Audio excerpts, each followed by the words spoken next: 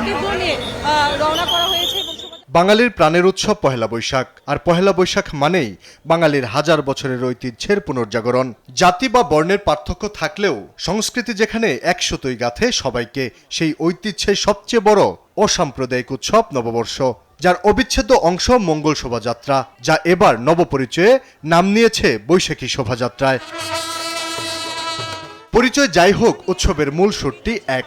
এই আয়োজনে পাহাড় কিংবা সমতলের সব জাতিগোষ্ঠী আর বাঙালি কদম বাড়িয়েছে একই তালে। যারা এবারই প্রথমেই বর্ণিল মিছিলে সামিল হয়েছেন, তাদের চোখে মুখে ছিল এক রঙিন উচ্ছ্বাস।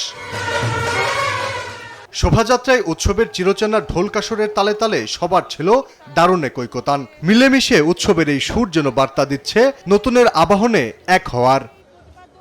এবারে শোভাযাত্রার মূল আকর্ষণ 5টি বৃহদাকার মোটিফ, যেখানে লোকজ সংস্কৃতিতে শিল্পীরা ফুটিয়ে তুলেছেন ঐতিহ্যের অধম্য স্মৃতিকে। এই যাত্রায় অংশ নেয় প্রায় 10টি ক্ষুদ্র নৃগোষ্ঠী সহ ভিনদেশি মানুষেরা।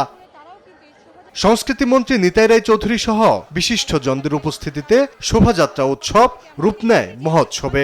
সব বাধা পেরিয়ে বাংলাদেশ এগিয়ে যাবে মাথা উঁচু করে, এমন প্রত্যয়ী ছিল এবারের প্রতিটি পদক্ষেপে। বৈশাখী শোভাযাত্রাটি চারুকলা থেকে শাহবাগ মোড়, টিএসসি প্রাঙ্গণ, শহীদ মিনার, শারীরিক শিক্ষা কেন্দ্র ও দোয়েল চত্বর হয়ে বাংলা একাডেমির সামনে দিয়ে পুনরায় চারুকলা অনুষদে এসে শেষ হয়। আলী আক্কাস, আকাশ, দেশ টিভি, ঢাকা।